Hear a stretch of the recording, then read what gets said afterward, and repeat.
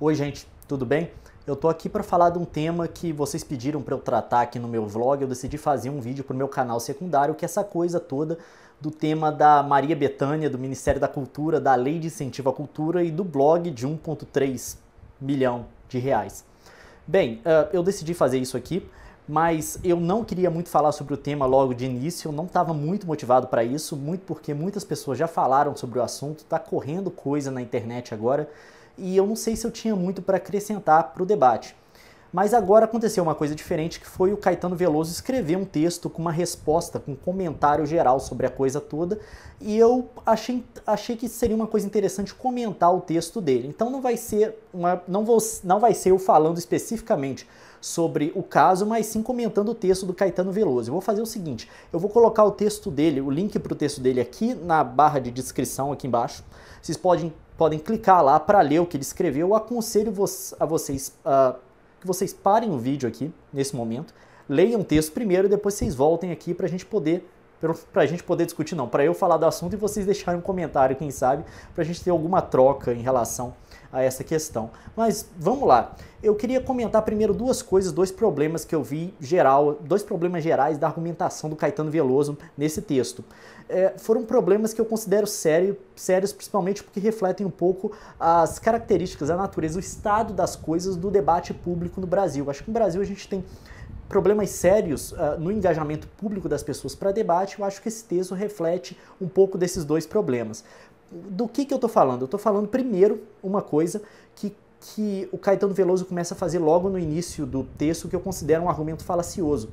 Ele começa a endereçar as fontes da acusação a Maria Bethânia e tenta, de alguma forma, questionar os interesses, os pretensos interesses dessas fontes. Começa a criticar, aí ele cita nome de pessoas, depois critica a Veja, a Folha. Eu fiquei sabendo dessa coisa toda pela Folha, tá? Eu li as notícias da Folha. Isso é um argumento falacioso porque é uma coisa que se chama de argumento ad hominem.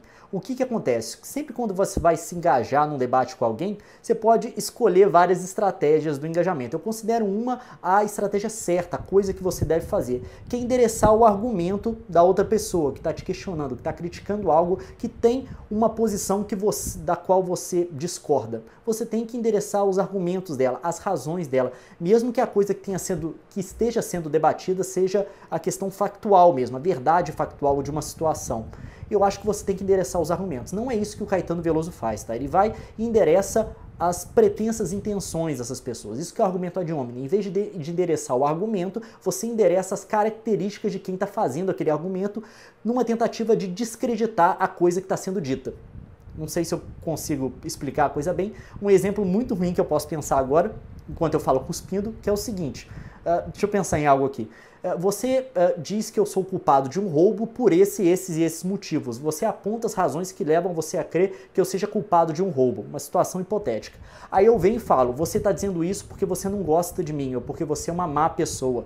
Eu não estou endereçando seus argumentos, mas estou endereçando pretensas características suas com vistas a descreditar o seu argumento, o que você está dizendo. E essa é a primeira coisa errada que eu acho que o Caetano Veloso faz. Ele não endereça a coisa central, a questão toda, a coisa que está sendo questionada, se eu não me engano, por jornalistas, mas com certeza pelas pessoas da internet, que essa questão toda da apropriação do Estado por um artista para lucrar. Porque, ao que tudo indica, o que a imprensa está dizendo agora, que parece que é uma coisa verdadeira, ele pelo menos não contestou no texto dele, que é o fato de, acabei de bater no microfone, que é o fato de mais 600 mil reais, esse 1,3 que o Ministério da Cultura autorizou a Maria Bethânia a arrecadar, mais 600 mil reais vão para o bolso dela. Então essa que é a questão que as pessoas estão trazendo, pelo menos a maioria das pessoas com as quais eu tive a oportunidade de conversar via internet pelo assunto. É essa questão. Essa questão central, ele está se desviando dessa questão e apontando características das pessoas que estão levantando essa questão para tentar descreditar elas de alguma forma. Esse é o primeiro problema. O segundo é um problema menor, mas eu vejo como um problema também, que é quando ele traz a figura do Chico Buarque e da crítica que foi recebida quando no evento, né, da premiação de uma obra literária do Chico Buarque.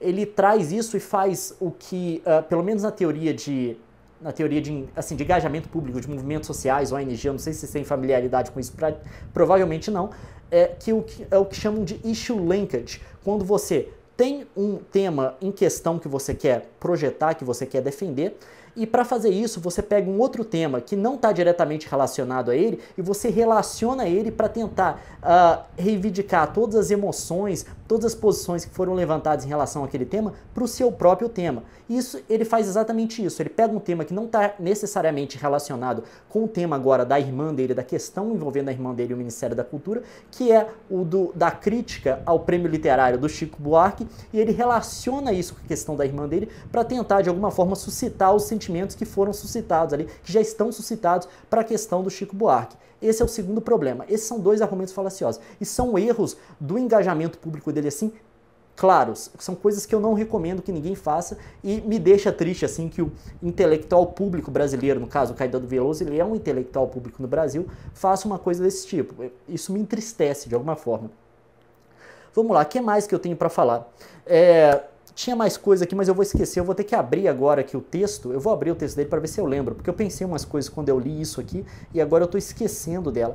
Outra coisa que ele faz também, que é outra coisa que ele usa para poder desviar a atenção na questão, que é o seguinte, em vez de endereçar essa questão que eu falei, que eu acho que é a questão central dessa coisa toda que acontece, que eu mencionei no início, ele começa a desviar o assunto no sentido de falar que, primeiro, a irmã dele não é culpada pela estrutura da Lei Rouanet, né, da Lei de Incentivo à Cultura, então você não pode, a lei tem problema, mas você não pode pegar a irmã dele de saco de pancada por causa dos problemas da lei, ela só está agindo dentro do sistema, dentro da estrutura da coisa, e depois que outras pessoas se beneficiam dessa lei também, e ele questiona as intenções de por que singularizar, não, tô pensando em inglês, de por que isolar o caso da irmã dele para poder atacar ela, quando várias pessoas também se beneficiam disso. Isso, obviamente, não, mais uma vez, não endereça a questão central e não elimina a questão central, tá? Eles pegaram e isolaram a irmã dele de saco de pancada, mas isso não elimina o fato vamos colocar assim, os argumentos que levaram a isso. E ele não endereça essa questão. E nenhuma dessas... Ele usa essas outras duas formas, essas outras duas estratégias para tentar, mais uma vez, escapar da questão. Em nenhum momento do texto dele ele endereça essa questão de fato. Isso é um problema, porque o Caetano Veloso, mais uma vez, é uma pessoa pública, um intelectual público brasileiro, um pensador público. Isso é um problema. Bem, agora para terminar meu vídeo aqui, porque eu não quero que a coisa fique muito longa, já estou aí chegando, sei lá, já passei dos 7 minutos, eu queria falar um pouco sobre essa questão que ele mencionou da corja da internet. Eu queria que o Caetano Veloso visse esse vídeo de alguma forma, eu acho que ele fez isso de raiva, tá? Eu acho que ele não acredita que a internet seja esse tipo de coisa, ele não acredita que essa generalização seja justificada. Eu acho que quando ele estiver de cabeça fria ele vai pensar, porque a internet tem um lado bom, tá? Antes da internet, quando você queria vincular a sua opinião para as massas, expor a sua opinião para as massas, você precisava de um intermediador que era um canal de comunicação em massa. Você precisava que um dono ou um grupo fosse dono de uma rádio, controlador de uma rádio, de um canal de TV, de um jornal, aceitasse vincular a sua opinião no meio deles para que as pessoas tivessem o conhecimento dela. Com a internet você não precisa mais disso. Você pode vincular a sua opinião para as massas livremente. Eu acho que isso é uma coisa boa. Claro que você vai ter pessoas que vão estar mais informadas, pessoas que vão estar menos informadas. Isso é uma característica da democracia, tá? A democracia não demanda informação da pessoa para dar a ela o direito de se expressar. Isso é uma característica da democracia. E a internet ajuda nisso. Claro que, voltando aqui para o meu argumento, claro que vão ter pessoas menos ou mais informadas que vão utilizar da internet para poder expressar a sua opinião. Várias vezes pessoas menos informadas vão acabar atacando e linchando publicamente pessoas de alguma forma que muitas pessoas vão considerar injustificadas, mas isso não torna a internet uma corja. Eu queria deixar isso claro para ele, eu queria que ele visse o ponto bom da internet, eu queria que ele visse que o que a internet tem de bom é muito mais do que os problemas que ela gera em relação à falta de informação que algumas pessoas vão ter. Pelo menos eu acho isso, e eu queria que ele repensasse essas palavras dele em relação à corja da internet, coisa do tipo. Bem, eu acho que era isso que eu tinha para falar. Eu queria pedir uma coisa para vocês, que eu já pedi no Twitter, inclusive. Vocês pediram para eu fazer o vídeo, tá aqui, eu fiz, vocês estão vendo, coloquei aqui no meu canal secundário, sem edição. Isso não vai ser editado. Tá chegando aos 10 minutos. E eu queria pedir de contrapartida de vocês que eu sei que vocês podem qualquer coisa, porque vocês são a internet tem muito poder. Eu queria que vocês conseguissem que o Caetano Veloso visse esse vídeo. Se vocês conseguirem, eu agradeço. Esse é meu pedido para vocês, a contrapartida para eu ter feito esse vídeo falando a minha opinião sobre a questão. Eu espero que isso tenha satisfeito. Eu ainda não esqueci o português, é satisfeito mesmo. Eu tô ruim no português, de 3 anos morando fora. Mas eu espero que isso tenha satisfeito vocês e eu vejo vocês na próxima, gente. É isso. E não deixem de ler o texto do Caetano Veloso para vocês entenderem o que eu falei, se você chegou até esse ponto sem ter lido. Até a próxima. Tchau. Tchau. Até mais. Tchau.